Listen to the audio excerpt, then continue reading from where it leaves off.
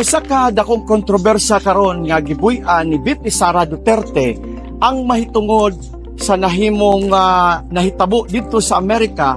Allegedly, si First Lady Lisa Araneta Marcos involved allegedly sa nahitabo nga kamatayon ni Mr. Tantoco dito sa Amerika.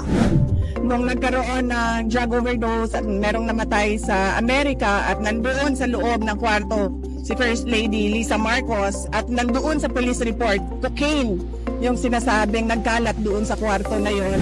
Mauna karon ang dakong pangutana, dili mubuhi og istorya si VP Sara without classified evidence. Sa pagpangampanya karon ni VP Sara Duterte sa Tibok Pilipinas, nga diin iyang gisulti sa iyang classified evidence nga aduna siya'y nahibal-an dito sa US Police involved si First Lady Lisa Araneta Marcos dito sa nahitabo nga kamatayon ni Mr. Tantoco nga adunay white substance sa maong kwarto o in 7 hours bago pa nila na-report nga ang kamatayon ni Mr. Tantoco.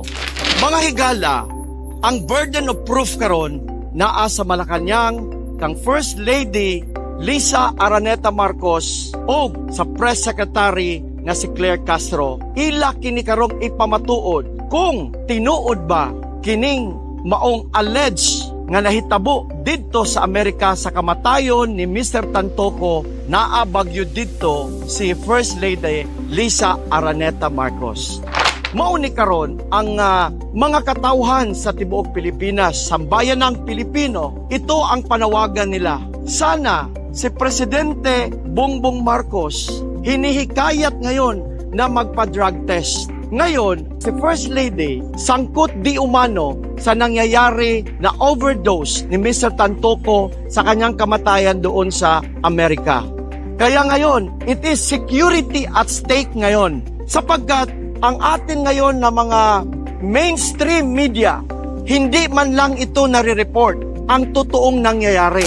Kayo napansin nyo sa kaliwang kamay ni First Lady sa kanyang relo at meron pang pulseras. Ito ba ay pinapayagan doon sa Amerika na makabalik siya dito sa Pilipinas? May kondisyon for security monitoring. Aalamin po natin, yung pulseras mo yun ang security monitoring ba ng police sa Amerika? Ngunit sinabi ni Undersecretary Claire Castro, fake news po ito. Anong natin? Dapat pa bang paniwalaan ang mga sinasabi ni Vice Presidente? Kung sa kanya naman pala nanggagaling ang mga fake news at disinformation na ito.